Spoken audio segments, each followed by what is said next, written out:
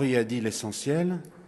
Maintenant, moi, ce dont je suis chargé, c'est de rassembler, au fond, le travail qu'on a fait depuis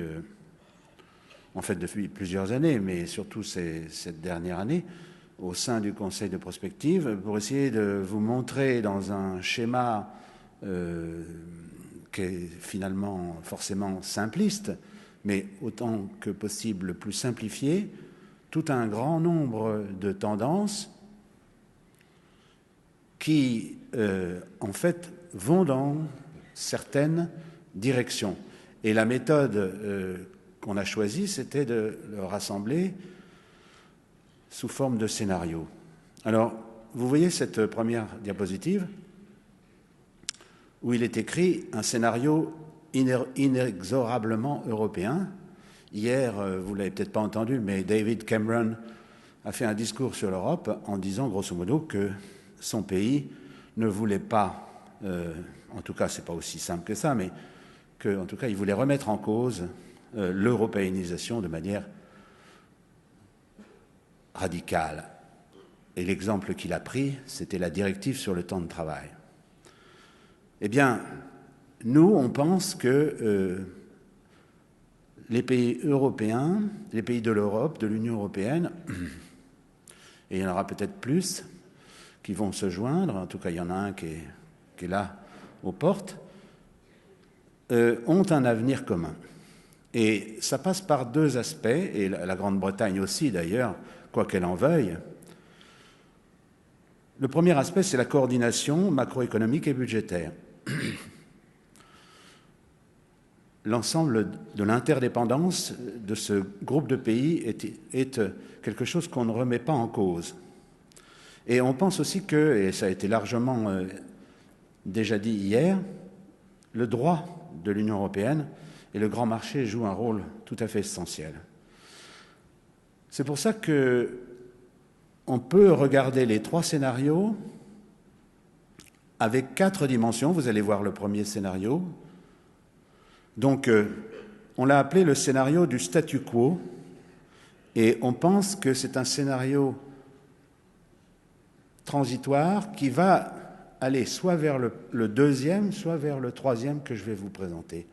Mais dans chacun de ces scénarios, il y a 4 dimensions. Ici, vous avez la première des dimensions. Et la première des dimensions, il faut que je vous dise les 4 dimensions parce que vous allez les repérer au fur et à mesure dans chacun des scénarios.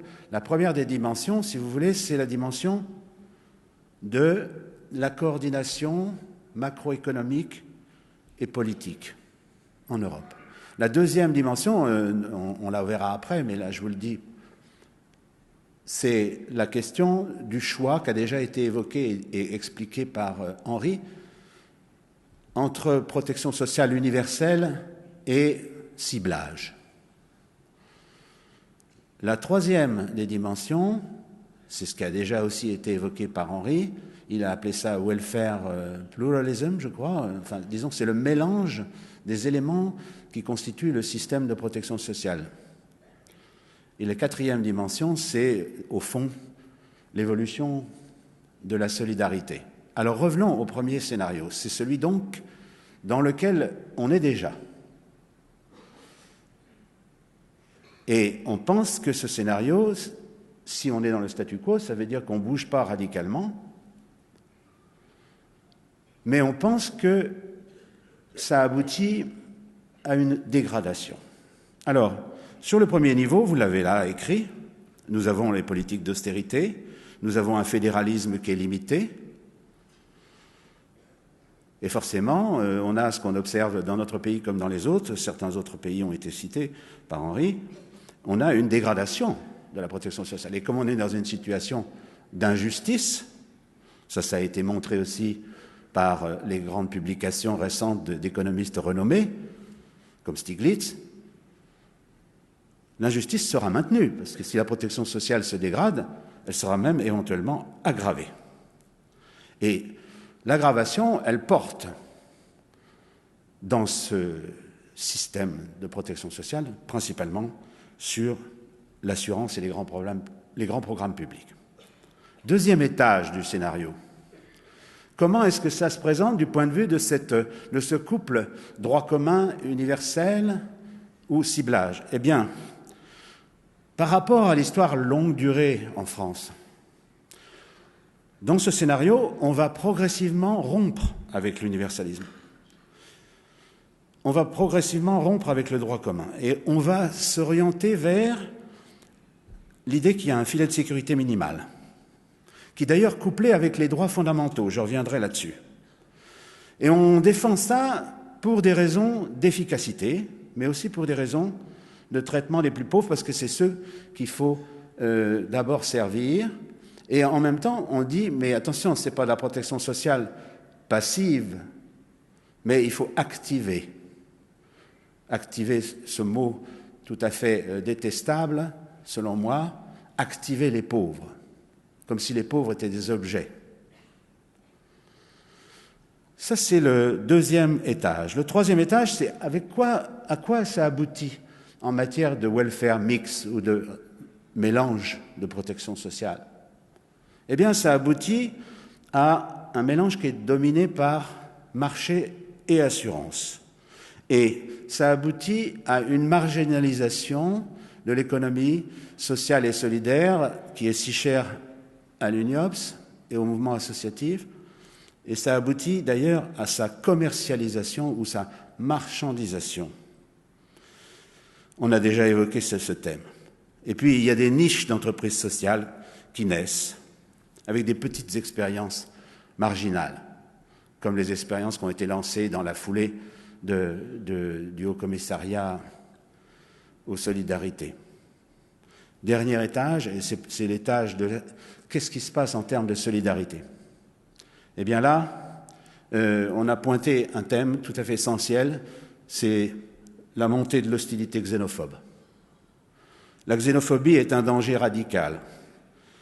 On a des débats nationaux qui sont enfermés, d'ailleurs ils sont enfermés par la langue d'abord, parce que quand on est en France pour faire les élections en France, on parle français, alors que ce n'est pas la même chose quand on passe de l'autre côté du Rhin. Et c'est la lutte entre les systèmes. Donc c'est le fameux dumping social, c'est-à-dire la concurrence sur les normes sociales. Voilà le premier scénario, et petit à petit, il va déboucher sur l'un ou l'autre. Alors vous allez voir qu'évidemment les choses sont aussi simplifiées.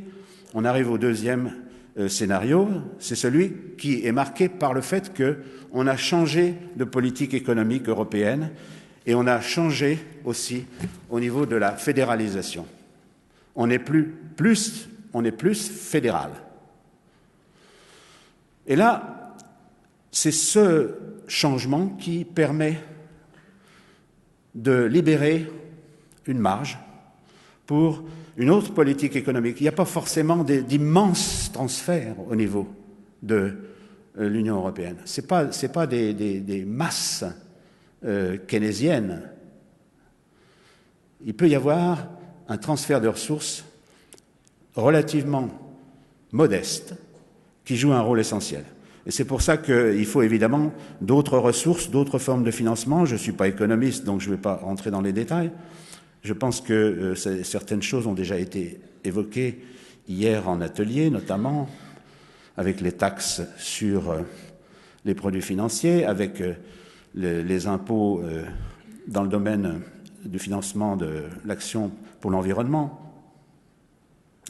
Accompagnant ce mouvement économique, on peut arriver à plus de justice sociale, on peut arriver à mettre en avant des réformes paradigmatiques, c'est-à-dire des réformes d'ensemble et pas des réformes par petits bouts, par morceaux de bouts de chandelle.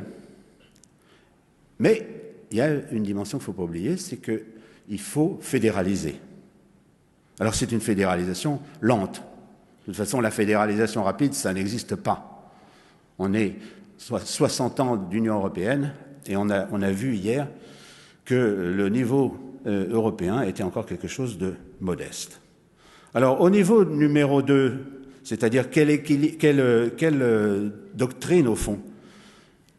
Compatibilité, développement compatible et concomitant des droits individuels et collectifs. Aujourd'hui, ça n'est pas le cas. Donc ça veut dire que l'idée d'une protection sociale transformée pourrait permettre à la fois le droit commun et des services qui sont orientés sur les plus pauvres. Et ça comprend, comme l'a dit Henri, l'éducation. C'est un point tout à fait essentiel. Troisième étage, donc on revient à quel est le welfare mix. Et donc là, dans ce scénario, qui est évidemment celui qu'on préférerait au niveau du Conseil de prospective, il y a une place authentique pour l'économie sociale et solidaire. Et ça n'est pas une réduction à la marchandisation, et ça n'est pas que l'entreprise sociale. C'est donc le triptyque marché, assurance, solidarité. Et enfin, c'est la condition sine qua non pour qu'on arrive à développer une solidarité au-delà du national, solidarité transnationale qui n'est pas là aujourd'hui. En tout cas, elle n'est pas là en termes de sonnant et trébuchant, et elle n'est pas là non plus en termes de conception des personnes vis-à-vis de leurs voisins au-delà des frontières. Et là, si vous voulez, c'est là qu'on voit que devient possible une ouverture, et cette ouverture, je n'ai pas le temps d'en parler en détail, c'est une ouverture vers à la fois plus d'interculturalisme, d'échanges culturels. On parle aujourd'hui de fermer le programme Erasmus, c'est une catastrophe bien sûr, et c'est le contraire dans ce scénario. Il faut étendre le programme Erasmus, et pas simplement aux étudiants. Et bien sûr, l'autre aspect, c'est l'autre jambe sur laquelle il faut marcher, c'est la démocratisation. Et la démocratisation, y compris dans les réseaux transnationaux au niveau Bruxelles, comme on dit. Voilà le scénario qui pour nous est optimal, mais malheureusement, il y en a un troisième. Et ce troisième, on n'a pas décidé de vous dire que tel ou tel était plus probable. Mais ce troisième, il est évidemment beaucoup plus difficile, beaucoup plus nocif, et il commence par évidemment une poursuite dans la tendance telle qu'on l'a vue depuis maintenant 4-5 ans, à la combinaison entre politique d'austérité qui porte sur les dépenses et qui aggrave les problèmes avec un fédéralisme limité, et cette prédiction que Mario Draghi, qui est quand même l'un des personnages les plus importants, les plus puissants, a dite, le modèle social européen est mort. Il l'a dit. C'est pas un hasard s'il l'a dit. C'est quand même le président de la Banque centrale européenne. Et donc, on est dans la logique de l'aggravation des influences négatives de la concurrence. C'est pour ça qu'on a souligné ce fameux arrêt de la Cour de justice qui s'appelle Pousse-Épistre de 1993, qui protège ce qu'on appelle les régimes de sécurité sociale, publics, obligatoires, de la concurrence. Mais ça aussi, c'est jurisprudentiel, donc ça peut sauter dans le mauvais scénario. Alors, au niveau de l'universalisme, là, c'est clairement l'idée qu'on accroît la focalisation sur des droits individuels. Les droits collectifs ne sont pas pris en compte en matière de protection sociale. On va vers un socle minimal. C'est des ciblages multiples. Et c'est d'ailleurs ce qui est déjà en germe et en activité dans la politique de la Commission européenne. On en a déjà parlé hier. Laurent Guéquier a signalé ce point concernant le logement social. On aurait pu le rajouter ici. Bon. Alors, au niveau du welfare mix, au niveau du système de protection sociale multiforme, là on est vraiment dans la domination du marché. Enfin, c'est le mariage entre le marché d'un côté et un socle minimal. Il y a même des gens qui sont pour un revenu minimum universel. Je n'ai pas le temps d'ouvrir ce débat. Et puis des niches d'entreprises sociales. Je vois que je dépasse mon temps. Et il me reste heureusement que le 4e étage. Et là, si vous voulez, c'est du côté à la fois du développement de la solidarité et de la démocratie, c'est là qu'on accumule les problèmes avec, au fond, un dumping social, mais aussi un grand marché transnational qui est dualisé. J'ai indiqué un point là qui est très important, c'est le fait que les citoyens européens ne sont pas tous égaux. Il y a les mobiles et les autres. Alors, je n'ai pas le temps de développer ce point, mais les libertés de circulation, ça fait circuler des gens, mais il y a beaucoup de gens qui ne peuvent pas circuler. C'est l'immense majorité qui ne circule pas. L'immense majorité des citoyens européens n'a pas vu à quoi ça sert d'avoir des euros dans sa poche, alors que les mobiles, eux, évidemment, ils le voient. Le droit social et le droit du travail sont conçus comme des obstacles aux libertés de circulation, et donc là, c'est pour ça que les associations et les syndicalistes, on a une syndicaliste dans le panel, sont considérés comme des gens qui défendent des intérêts corporatistes. Ce sont des rentiers. C'est ce qui est écrit dans la doxa de l'économie standard. Et évidemment, coexistence de l'aggravation de la xénophobie, qui est un point essentiel dans notre regard sur l'avenir de la protection sociale. Je vous remercie.